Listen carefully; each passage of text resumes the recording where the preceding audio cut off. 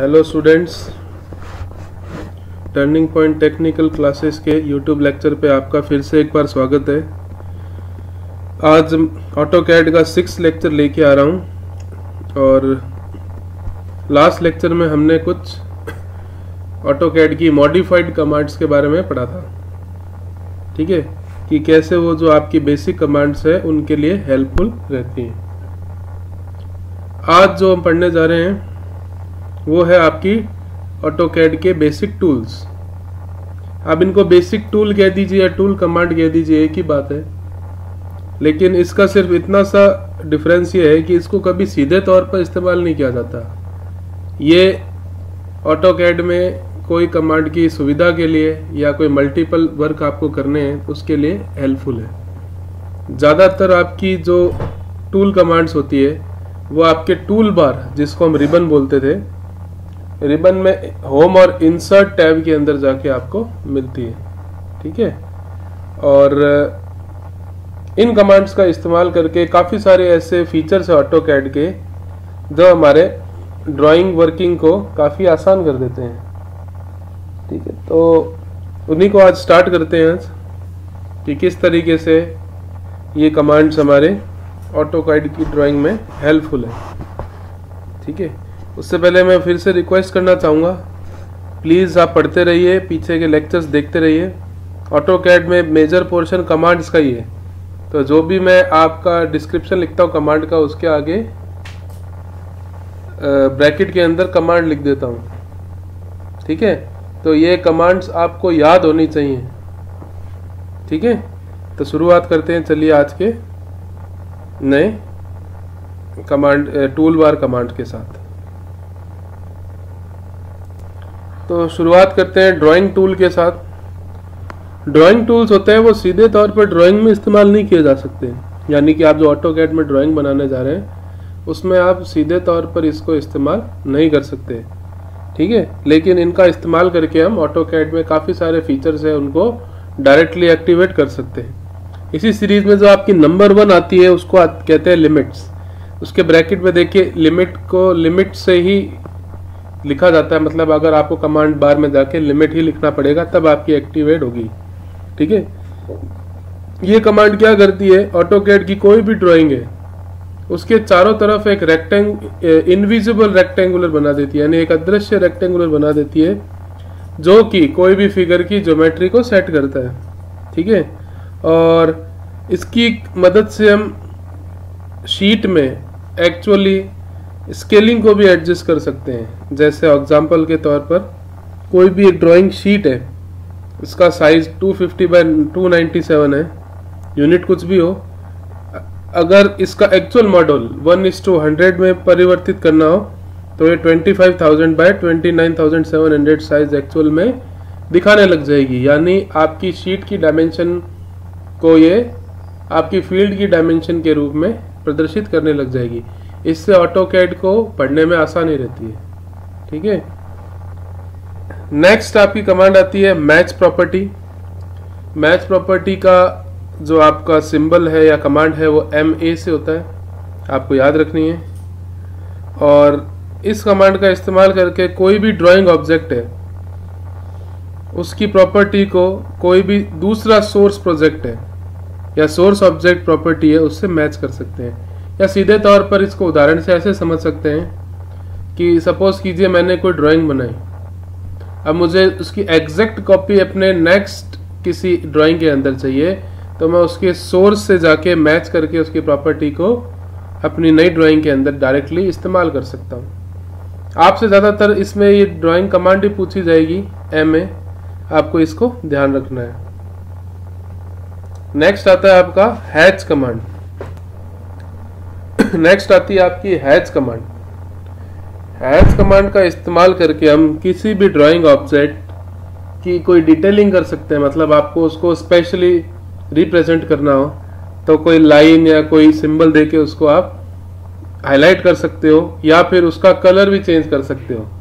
Hatch command H से activate होती है, आप स्मॉल h लिखिए या कैपिटल H लिखिए, उससे हैच कमांड आपकी एक्टिवेट हो जाती है। तो अलग अलग शेप, अलग अलग डिजायरमेंट के लिए एक छोटा सा फिगर है, उसके थ्रू आपको समझाने की कोशिश करता हूँ। तो देखिए आपके सामने एक हैच पैटर्न का कैटलॉग दिख रहा है।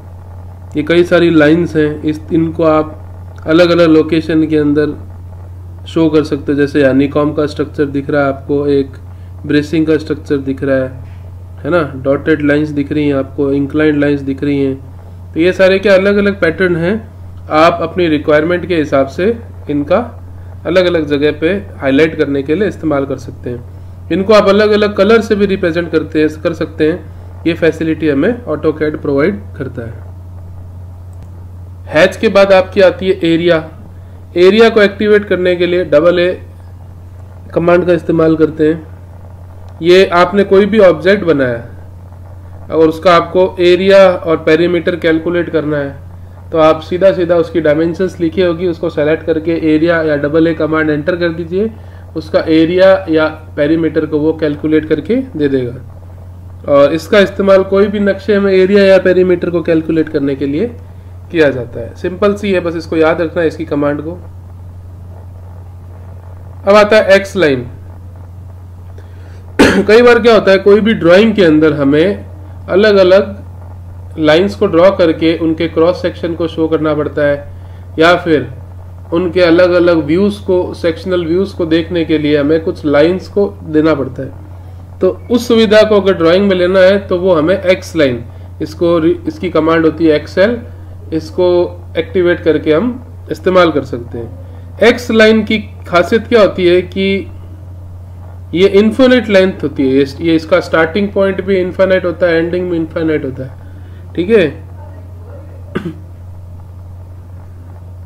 एक्स लाइन क्या, जो हमारी शुरुआत की लिमिट थी उसको तो क्रॉस कर सकती है, लेकिन उसका इस्तेमाल वहां पे नहीं किया जा सकता है। सीधे शब्दों में कहूँ, वहां पे हमें दिखेगी नहीं। ठीक है, तो इसको भी मैंने एक छोटे से डायग्राम के थ्रू आपको समझाने की कोशिश करता हूँ। ये देखिए आपके फिगर के अंदर ही कुछ एक्स लाइंस दिख रही हैं आपको। जैसे ये वाली देखिए आप, ये स्टार्टिंग से लेके एंड तक चल रही है, उसी प्रकार टॉप से लेके बॉटम तक चल रही है। ये आपके क्रॉस सेक्शनल व्यूज को रिप्रेजेंट कर रही है। तो इसके लिए आपकी एक्स लाइन कमांड यानी एक्सएल हमें एक्टिवेट करनी पड़ती है।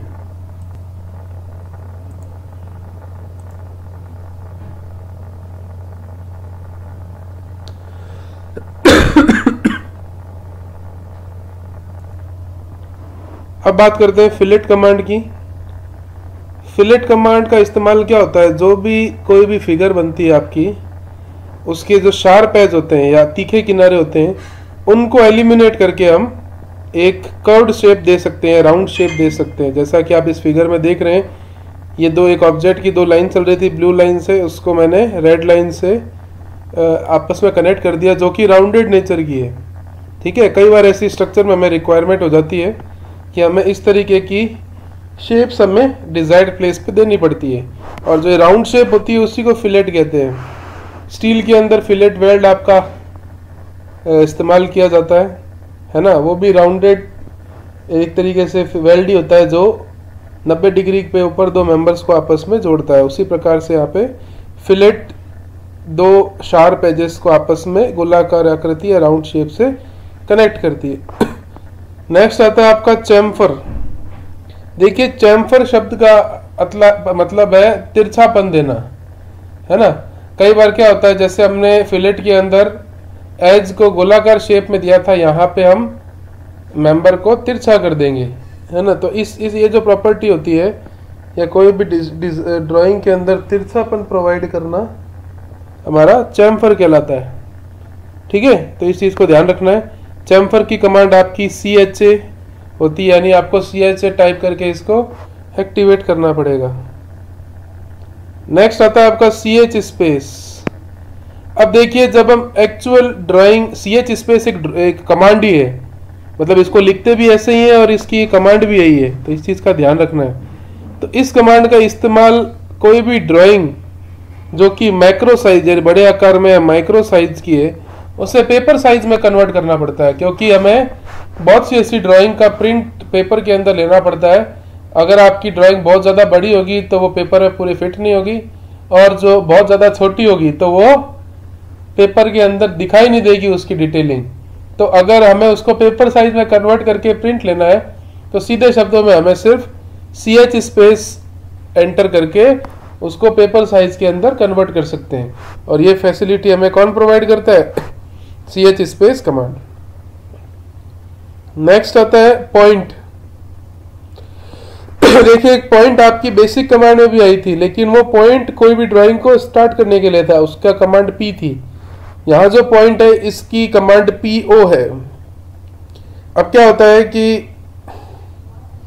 कई बार, जैसे उदाहरण के लिए बताता हूं कि कोई भी कंस्ट्रक्शन के लिए हम कोई ड्राइंग फाइनलाइज करते हैं, फिर उसको हमारे कोई बड़े अधिकारी के पास ले जाते हैं। जैसे मान लीजिए आप एज अ जेएन लग जाते हैं, आपने कोई ड्राइंग प्रिपेयर करी, आप अपने बड़े एएन या एक्शन के पास लेके गए, लेकिन जैसे आप उनके पास गए तो उस जगह की स्थिति के अनुसार आपको कुछ ना कुछ चेंजेस करने पड़ गए। तो उन चेंजेस को याद रखने के लिए उस पर्टिकुलर जगह पर पॉइंट से मार्किंग कर दी जाती है, ठीक है ना। और पॉइंट को अलग अलग स्टाइल प्रोवाइड करने के लिए एक एडिशनल सब कमांड आती है। नेक्स्ट कमांड आती है आपकी एसपी कमांड। ये एक एसपी ही कमांड है और इसको लिखते भी ऐसे ही हैं। अब कई बार क्या होता है, हम ड्राइंग के अंदर टेक्सटिंग करते हैं, यानी हम कोई डिटेलिंग को लिखते हैं और उसकी स्पेलिंग मिस्टेक हो जाए, तो आप उस टेक्स्ट को सेलेक्ट करके अगर एसपी कमांड को टाइप करते हैं तो वो आपकी टेक्स्ट स्पेलिंग में होने वाली गलती को ठीक कर देगा, या यूं कहें वो उसकी स्पेलिंग को करेक्ट कर देता है। तो एक तरीके से समझ लीजिए ऑटोकैड की एक डिक्शनरी है जो कि समय समय पर काम आने वाली टेक्स्ट को ठीक कर देता है, ठीक है। नेक्स्ट आता है आपका कैल। कैल ही कमांड है, जैसा इससे समझ में आता है ये एक तरीके का कैलकुलेटर है। अब कई बार क्या होता है, कोई भी ड्राइंग करते समय हमें कुछ कैलकुलेशंस करनी पड़ती है, कैलकुलेशन परफॉर्म करनी पड़ती है, एरिया कैलकुलेट करना पड़ता है, वॉल्यूम कैलकुलेट करना पड़ता है, या कोई भी XYZ साइंटिफिक कैलकुलेशन करनी हो। तो जैसे ही आप कैल कमांड को एक्टिवेट करते हैं, एक कैलकुलेशन वाला कैलकुलेटर आपकी स्क्रीन पे उभर के आ जाता है और उसका इस्तेमाल करके आप कोई भी डिजायर्ड कैलकुलेशन को कर सकते हो। अच्छा, इस कमांड से रिलेटेड एक क्वेश्चन आपके एग्जाम में पहले पूछा जा चुका है, मतलब BPSC Bihar public service commission में, कि कैलकुलेट कमांड या कैल कमांड किस तरह की कमांड है। तो ये एक सब कमांड है। सब कमांड इन द सेंस ये कोई पहली वाली कमांड के इस्तेमाल करने के साथ साथ ही आप इसको एक्टिवेट करके चला सकते हैं, यानी दो कमांड आप एक साथ चला रहे हैं, इसलिए इसको एक सब कमांड भी कहा जाता है। इस चीज का थोड़ा सा ध्यान रखना है कि कैल एक सब कमांड है। नेक्स्ट आती है आपकी ऊप्स कमांड, ठीक है। ऊप्स कमांड की फुल फॉर्म आपको ध्यान नहीं रखनी, सिर्फ इस कमांड का फंक्शन ध्यान रखना है। ऊप्स कमांड क्या होता है कि कोई ऑब्जेक्ट बना रहे हैं या कोई ड्राइंग बना रहे हैं और वो बनाते टाइम हमसे कोई ड्राइंग गलत डिलीट हो जाए या ऑब्जेक्ट ही डिलीट हो जाए, तो ऊप्स कमांड को एक्टिवेट करके आप उसे वापस अपनी जगह पे रीस्टोर कर सकते हैं। या आप यूं कह सकते हैं ये एक प्रकार की अंडू कमांड है जो आपके वर्ड या फिर माइक्रोसॉफ्ट ऑफिस के अदर एप्लीकेशन है जिसमें इस्तेमाल होती है। अंडू कमांड कंट्रोल Z से जिसको एक्टिवेट करते हैं, उसी प्रकार से ऑटोकैड में ऊप्स कमांड का इस्तेमाल करके आप गलती से डिलीट हुई हुई चीज को भी वापस से रीस्टोर कर सकते हैं, ठीक है। तो ये ऊप्स कमांड का फंक्शन है। नेक्स्ट आता है आपका डिवाइड कमांड। डिवाइड कमांड को पूरा डिवाइड लिख के एक्टिवेट किया जाता है। इसका इस्तेमाल कोई भी 2D ज्योमेट्रिकल फिगर को अगर आपको इक्वल पार्ट्स में तोड़ना है उसके लिए इस्तेमाल किया जा सकता है। उदाहरण के लिए आपके पास एक लाइन है 15 सेंटीमीटर की, उसको आपको 3 पार्ट्स में तोड़ना है, तो आपके 5 सेंटीमीटर के 3 पार्ट इक्वल पार्ट में तोड़ देगा।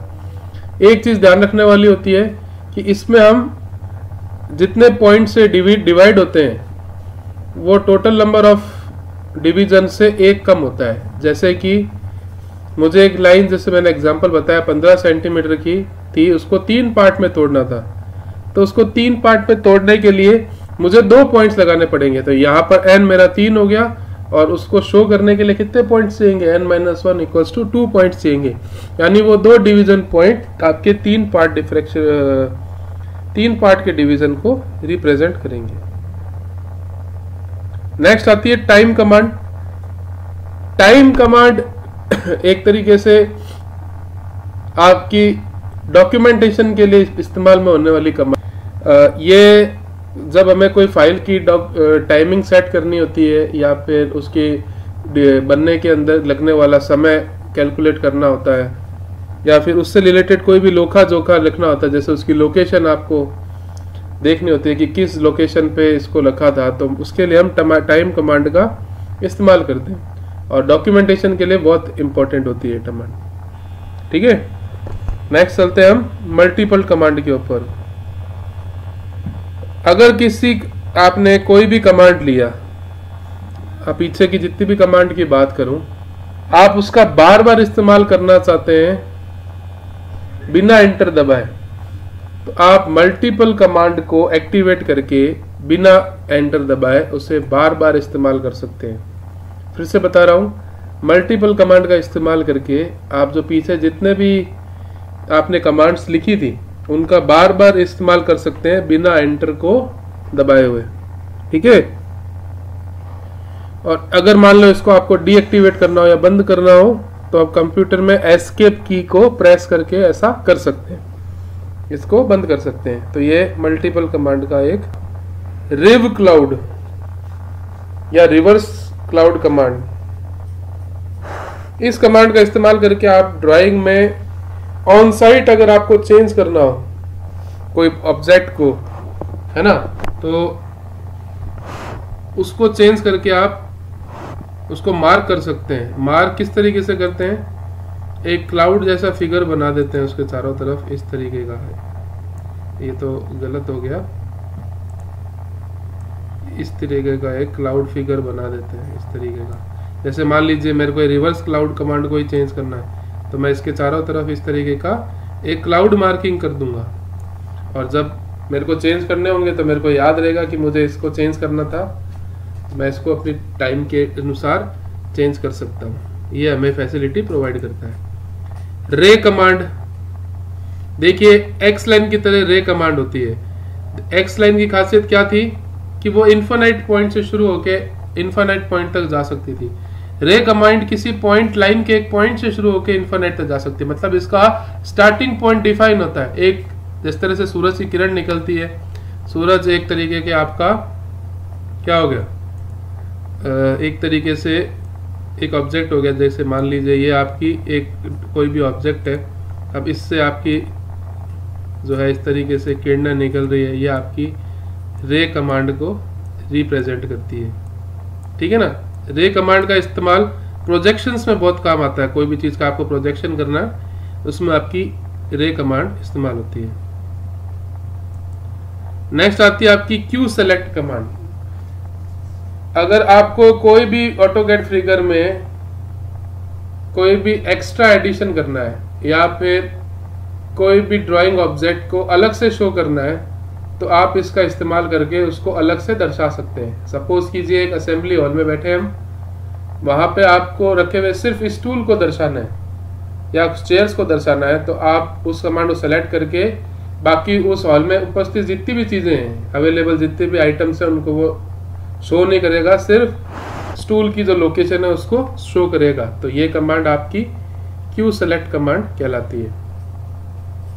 नेक्स्ट आता है आपका आर्क टेक्स्ट। कई बार हमें आर्क के ऊपर लिखना पड़ता है। देखो जैसे मैंने फिगर बना के दिखा रखा है, कोई भी आर्क है उसके ऊपर मुझे कोई भी डिटेलिंग करनी है तो मैं इसको एक्टिवेट करके उस पर लिख सकता हूँ, है ना। तो वो जो आपकी शेप होगी आर्क की उसके अलॉन्ग ही टेक्स्ट को लिखने में मदद करेगा। बेस कमांड, बेस कमांड का इस्तेमाल करके आप कोई भी ऑब्जेक्ट के बेस पॉइंट को चेंज किया जा सकता है बिना ओरिजिन को छेड़े। कई बार होता है कि हमें जैसे एक ट्राइंगल है, ट्राइंगल का आपको बेस बॉटम से सेंटर में शिफ्ट करना है, तो उस कंडीशन में आप उसे सेलेक्ट करके इस तरीके का चेंज कर सकते हैं। टॉलरेंस कमांड, देखो टॉलरेंस एक शब्द है, कई दिनों आपने पहले सुना होगा। टॉलरेंस क्या होता है, इनटॉलरेंस, टॉलरेंस। टॉलरेंस है यानी आपके कोई चीज को सहन करने की क्षमता। कई बार आपने एक ड्राइंग बनाई, सपोज कीजिए आपने ऑटोकैड के अंदर ड्राइंग बनाई एक फुटिंग की, तो उस फुटिंग के अंदर जो आपने डायमेंशन दी और जब हम उसकी एक्चुअल कास्टिंग में गए तो थोड़ा बहुत डिफरेंस आ गया। तो ये जो थोड़ा बहुत डिफरेंस का एरर है ये टॉलरेंस कहलाता है। तो इस टॉलरेंस को कमांड को एक्टिवेट करके हम उसकी लिमिट को डिसाइड कर सकते हैं। जैसे कि मान लीजिए 10 मीटर लाइन में मैं उसमें 1.1 मीटर का टॉलरेंस अलाउ करता हूं, तो वो 10 प्लस माइनस 0.1 मीटर को रिप्रेजेंट कर देगा। ठीक है ना। तो ये एरर को एडजस्ट करने के लिए काफी काम आती है। नेक्स्ट आता है आपका स्केल टेक्स्ट। आपकी जो ड्राइंग में हम टेक्स्ट लिखते हैं, उसकी डिटेलिंग करते हैं, उसका साइज कम ज़्यादा करना हो, उसके लिए आप स्केल टेक्स्ट कमांड का इस्तेमाल कर सकते हैं। नेक्स्ट आता है आपका DWG प्रीफिक्स। देखिए प्रीफिक्स को हिंदी में उपसर्ग कहते हैं। देखो अगर आपकी ऑटोकैड ड्राइंग में आपने कोई ड्राइंग बनाई कभी और उसकी आप लोकेशन भूल गए, तो उस लोकेशन भूलने के बावजूद भी आप DWG प्रीफिक्स को ऑन करके उसकी लोकेशन को आइडेंटिफाई कर सकते हो। या आप यूं कह सकते हैं DWG प्रीफिक्स क्या है, लोकेशन फाइंडर एक ऐप है या आपको फैसिलिटी कमांड है, फैसिलिटी नहीं इसको कमांड बोलेंगे, जो कोई भी गुमे हुई फाइल को आपकी कंप्यूटर सिस्टम में ढूंढने में मदद करेगा। तो ये कुछ कमांड्स थी, आज इतना ही आज के लेक्चर में। होपफुली आप देख रहे होंगे, इन्हें याद कर रहे होंगे। देखिए काफ़ी क्वांटिटी में कमांड्स इकट्ठी हो जाएंगी। मैं चाहूँ तो एक ही लेक्चर में आपको 100 कमांड लिखा सकता हूँ, लेकिन ऐसा करने से आपको याद करने में दिक्कत होगी। तो जो दिन में मैं आपको लिखवाता हूँ, आपको कमांड्स रिक्वेस्ट करूँगा आप उसको मेमोराइज कर लें, याद कर लें। और जैसे जैसे याद करते रहेंगे तो आगे इनको रिवीजन करने में, मेमोराइज करने में आपको काफ़ी आसानी रहेगी। तो कल मिलते हैं नए लेक्चर के साथ। तब तक के लिए मैं रोहित व्यास साइनिंग ऑफ।